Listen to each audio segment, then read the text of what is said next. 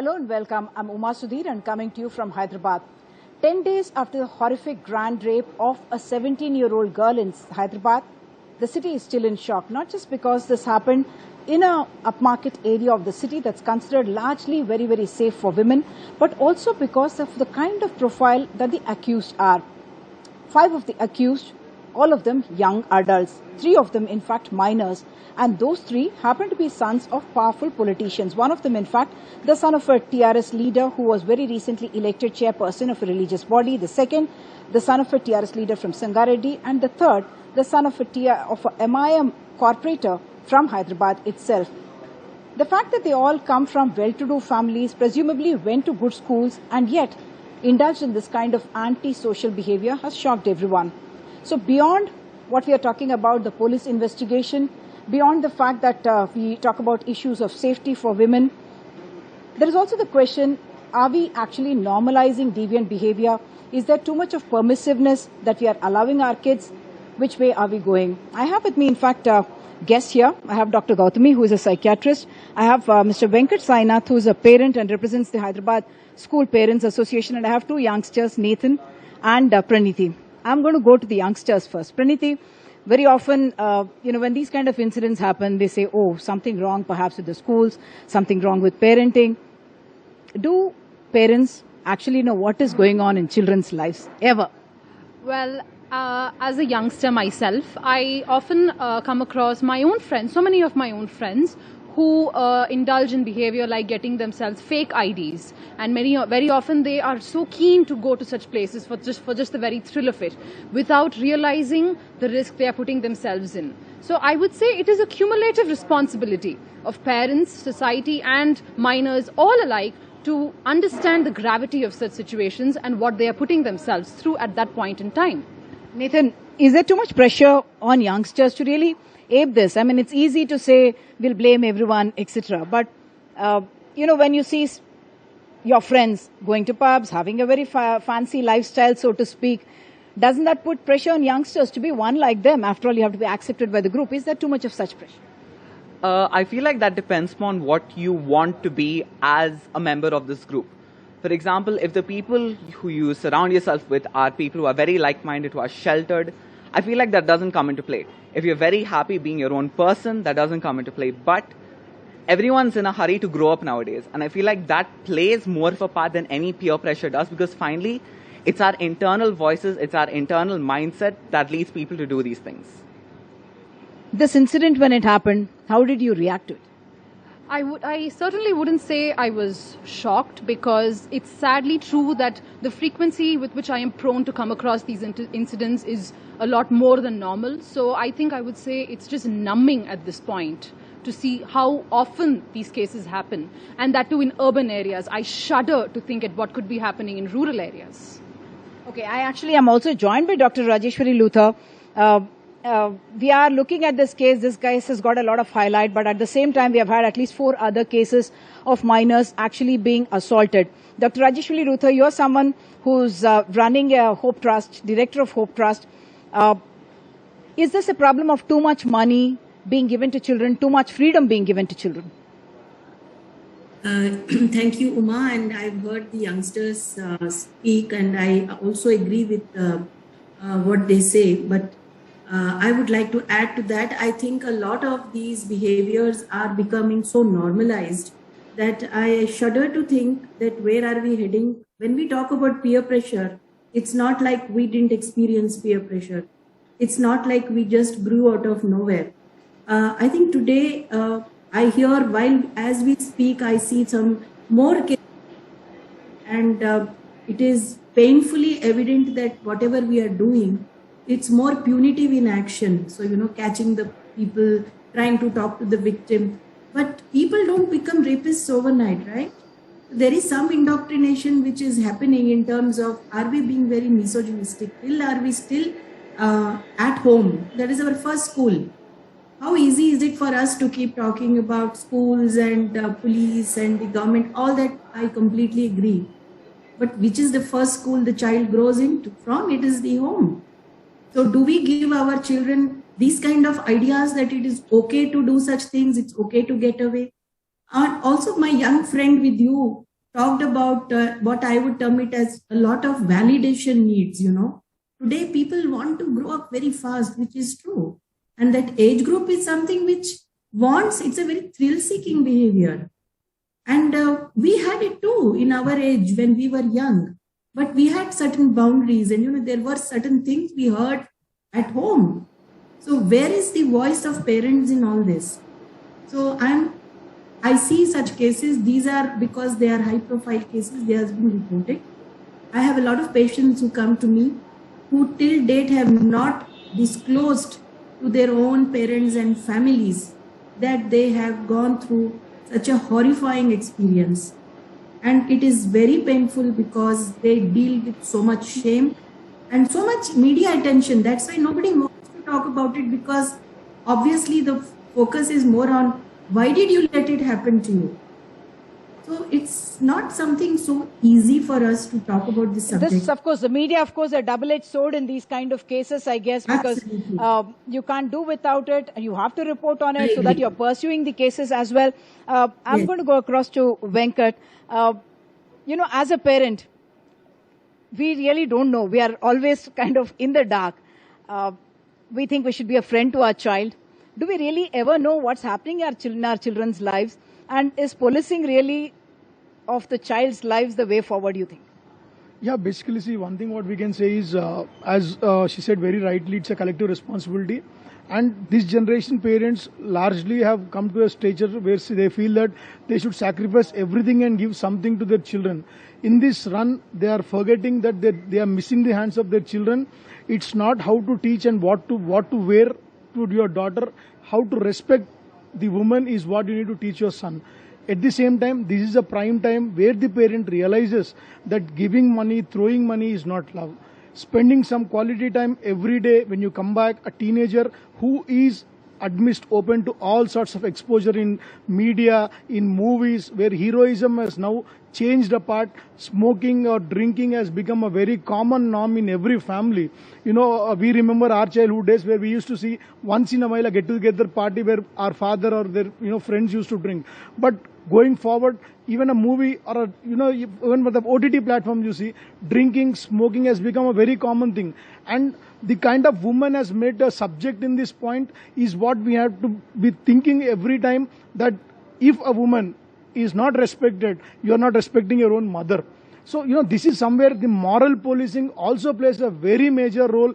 Just giving a heavy pocket money or spending on our international schools, it's not the quality of education, it's the morale of the education what you have come out with. It's not just the quality of education, it's not how intelligent you are, how intellectual you are, how understanding you are, and how empathetic you are towards particular, and the woman is not a commodity. Today, if you see every ad, even an ad which is used by the, a common product which is used by male also needs to be advertised by the female. Are we nerds? Don't we respect women? Is this what? It's not only the culture. Yeah, many, even these children, because they happen to be Hyderabad children, some of youngsters have reported that they were their friends or they had common friends, and therefore the shock comes about, oh my God, someone I knew as a regular kid, can he turn a rapist? Are we missing telltale signs somewhere? Because it's not that someone overnight turns into a rapist. There must be something. As somebody who is a psychiatrist and dealt with such cases, do we tend to miss such signals? I mean, or are we mollycoddling ourselves, always saying, my son can't be doing this, my daughter can't be doing this?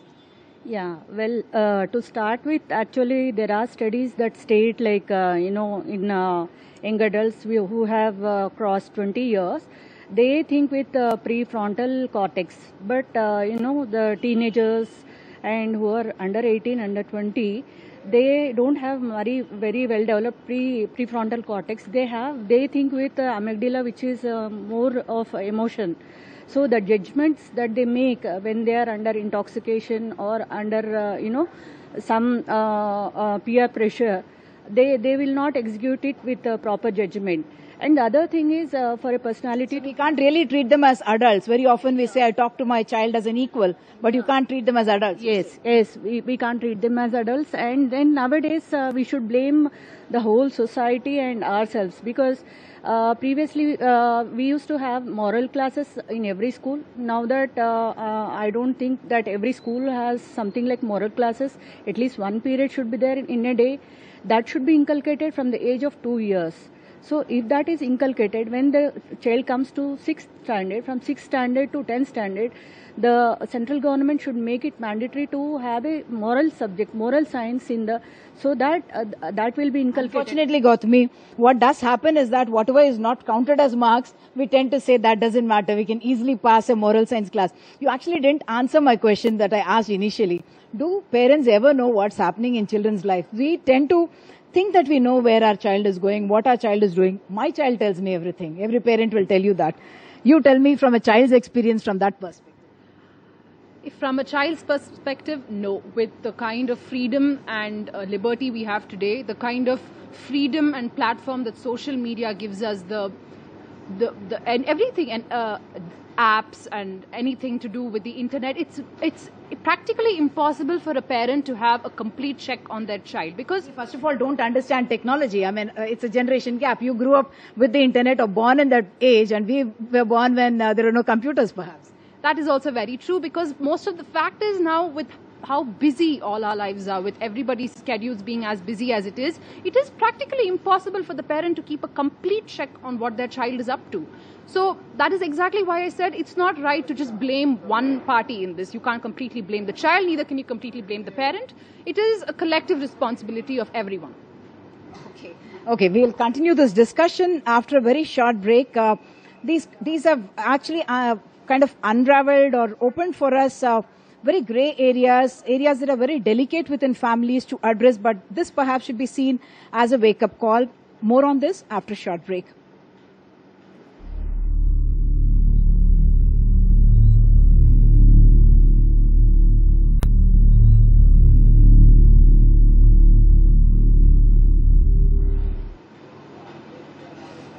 Ten days after the Hyderabad gang rape, the focus has been on the police investigation, the politics of it, and debates on whether Hyderabad is a safe city. But perhaps we also need to look inwards as a society to know, to understand whether we are normalizing very permissive behavior, even deviant behavior, in our effort to be liberal. I have with me youngsters as well as a parent and a psychologist. I'm going to go across, in fact, to Dr. Rajeshwari Rutha first.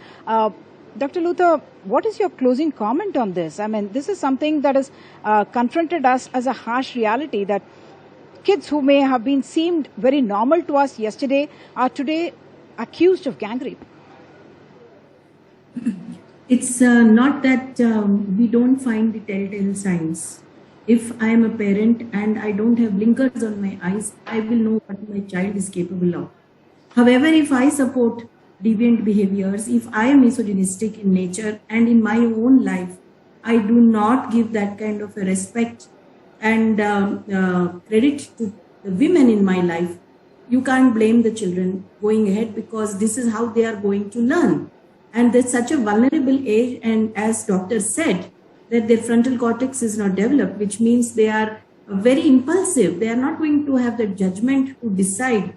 And this indoctrination has to stop, that when we keep telling them that women are this and women are that, and this is how you have to do. And even if you don't do it, the kind of exposure you are giving them, watching these kind of movies where, and the media, I'm not talking about the news media, I'm talking about all kinds of social media, and whatever they are able to watch, you just write 14 years and they're able to watch every content they like. So what you are indoctrinating them, and then you tell them that wrong and police should act up. So I think the change has to. Mr. Venkat, I'm going to come to you. Is your parenting style going to change when you see something like this? What do you think you need to do as a parent? My parenting style has always been there. Maybe with this incident, I need to put more, interest on my children, and, I need to have that moral policing and a kind of time, quality time I spend with my children to tell them that woman is not a subject or, something else. Yes, they have to change themselves. The thought process has to change. And I think this incident has changed something in my mindset, or even my wife, when we discuss this, how safe it is for the girl child. So it is this point where, as a parent, I would definitely say, yes, I need to spend some quality time with my child going forward to be more, understanding how he's behaving. Nathan, children hate policing by parents. Say, you're interfering too much in my life. But does this somewhere say that we are actually doing less of it? I don't think that it's doing less of it or anything as such. As Praniti has said, it's a combination of both. I feel like the parents are doing everything they can. Just because of a few incidents like these, every single parent shouldn't be questioning their style or everything, because they've grown up in a wonderful household and they've also inculcated their values in us. So I feel like, yes, more information has to be put out in the right way, but kids also need to understand that what is happening is wrong. Unless it comes from within themselves, unless they see it as, okay, this is wrong, this should never be happening and I need to do my part to stop it. You can do all the policing in the world, you can be putting up banners or whatever it is, nothing's going to change unless people realize that it's wrong themselves. Okay, Dr. Gautami, time to relook at parenting, even as a psychiatrist. You're a son, you're the mother of a teenage son as well. Yeah. As the teenager rightly said, like the child should look within himself or herself. But how does that come? That comes with the help of the parents, grandparents, setting an example of themselves by behaving the way they want their children to be. That is how, and the teachers also, they should be, in their behavior and their way of carrying themselves, and the way they teach the moral classes. Like ethical, moral and humanitarian aspects should be taught irrespective of the religion. Yeah. And their respective religions should also be taught, wherein, they should be told that these are the good things, these are the bad things, that by doing this, that these are the consequences that they face. Yeah. Okay, thank you so much all of you for joining us. Many questions and challenges raising children in this kind of a world where they have exposure to so much more than what perhaps the parent or the school realizes. That's it on this particular program. Lots more coming up after a short break.